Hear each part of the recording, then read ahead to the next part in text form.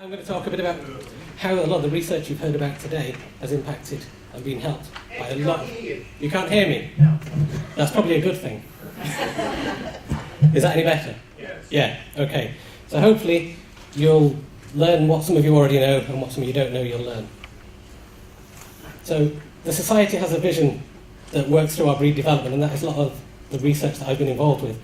And the main points of that are leadership and collaboration, increasing financial, animal health and welfare and environmental benefits of Texel sheep, and that's benefits to breeders, commercial farmers, the industry and the public as a whole. And we sort of break this down into three key areas: collaboration and leadership. I think it was Nicola that used the word collaboration in the work we've done with them. Animal benefits, so we're seeing that through some of our health and welfare research, and people benefits, that plays into the meat eating quality that's been discussed. And I see it as a kind of overlapping diagram with the Texel Society and Texel Sheep right in the middle. We have pedigree and crossbred sheep that we work with, and they influence both terminal and maternal traits. The foot rot and mastitis plays into the maternal traits.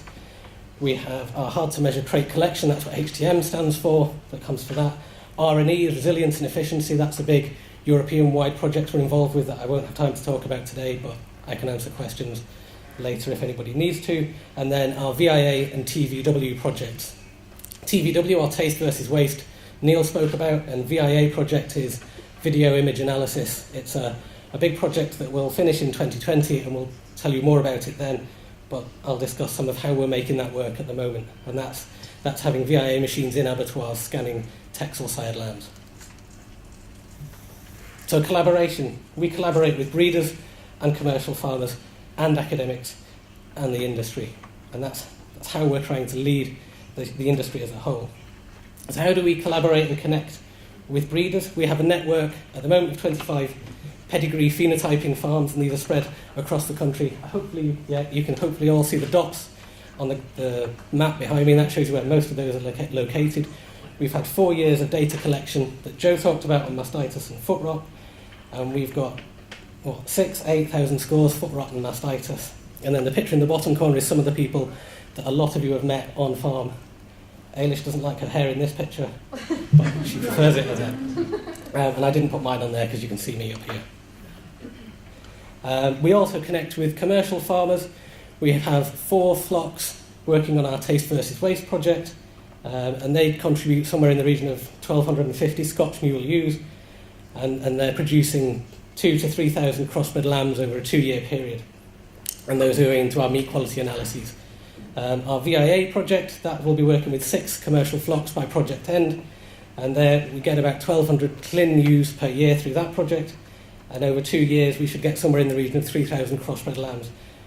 And they're getting the carcass quality analyses post-mortem at the abattoir, and these are spread, as you can see, the blue dots are the VIA flocks. They're spread from Devon up to Perth in Scotland, and our TVW flocks are clustered in Scotland, mainly because we're working with Scotch mule ewes on that project. And so that's how we've connected breeders and how we've connected farmers. And how do we connect the two? So we do that by buying our rams, hopefully, from our pedigree phenotyping flocks and getting them to our commercial flocks to create these lambs. So the extra dots you can see on here, the pink dots are our commercial phenotyping farms, the green dots are our pedigree phenotyping farms, the green dots are other breeders, and then the orange dots are the farms, and then the white rings and the white dots are where we've got animals' semen from, and we've used those for AI. And so that's how we create our network. We move rams from one farm to another. So that's what we did in the first year. In the second year, we got rams from extra farms. We had 26 live sires in this second year, and 21 of those came from our pedigree phenotyping farms. We had 6 AI sires, and 5 of those came from our pedigree phenotyping farms as well. And that's our network in the second year. I hope you like these diagrams, there's loads of them. But what that means is, after the first year of data collection in our Scotch mule flocks, we've used 4 Scotch mule flocks, and 15 pedigree Texel flocks have been in that network. We've used 58 sires over the 2 years, and in the first year we produced over 1,000 lambs, and that's what this grid down at the bottom is showing you, sort of the kill gradings that we can see in the little box I've highlighted. is where people aren't penalised for payments by the abattoir. And we get somewhere in just over 80% of lambs within this box. National averages for within this box are just below 70%. So we didn't select the sires in any particular way. If we look on index, they run from average to top 5%. But just by using good performance-recorded Texel sires, we're getting a 10% increase on average lamb grades over what you can get generally. Our VIA project continues in very much the same vein. We have 4 commercial flocks in the first year, and we had 39 live sires, the majority coming again from our pedigree phenotyping flocks. Slightly more interconnected network this time, mainly because our farms were a bit more spread about, and it makes a prettier picture. But on top of this, we have our 5 AI sires that come again from different flocks, and we split these so that we have the same AI sires working in different flocks, so we can benchmark the lambs that come out of them to create a level playing field, so we don't find that the guy in Devon has lambs that finish in 12 weeks and the guy in Perth has lambs that finish in 16. We can even that out by using the same genetics on both flocks to make sure it is a ram effect rather than a farm effect. In 2018, we carried this on. We have another 36 live sires and 6 AI sires, and in this year we've used a link sire, so we have 1 ram that is used across all our commercial flocks. So those are our movements again, and like this. And I've got to say, setting up these movements is probably the hardest part of my job. Yes, I'm glad when it's over. And again, we've got our AI sires, and I've added in dotted lines this time. The observant ones, the most you will notice.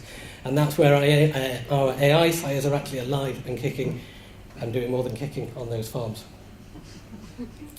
So that's how we connect them. And again, we've had just over 700 lambs killed through this project so far, and we're hitting that sweet spot on the grid. I think there's over 90% in this project. Again, rams selected in exactly the same way, but 90% of the lambs are coming out with either no payment reductions or actually payment increase through the abattoir.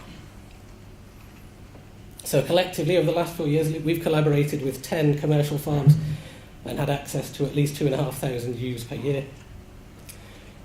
We've worked with 29 pedigree phenotyping farms and 7 other breeders, and we've directly invested over £70,000 in Texel genetics, buying 111 rams and 871 doses of semen.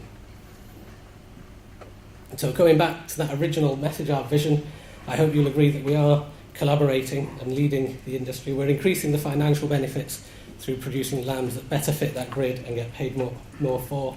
We're working on animal health, as Joe has covered, and welfare. And these benefits are coming to the breeders, they're coming to commercial farmers, the industry, and ultimately the public. And inevitably, I didn't do all this work on my own. This, hopefully, includes everyone that I've worked with over the last few years. If it doesn't, I'm sorry, that's my fault. But thanks to everyone, particularly the commercial farms and the pedigree phenotyping farms that are out there today.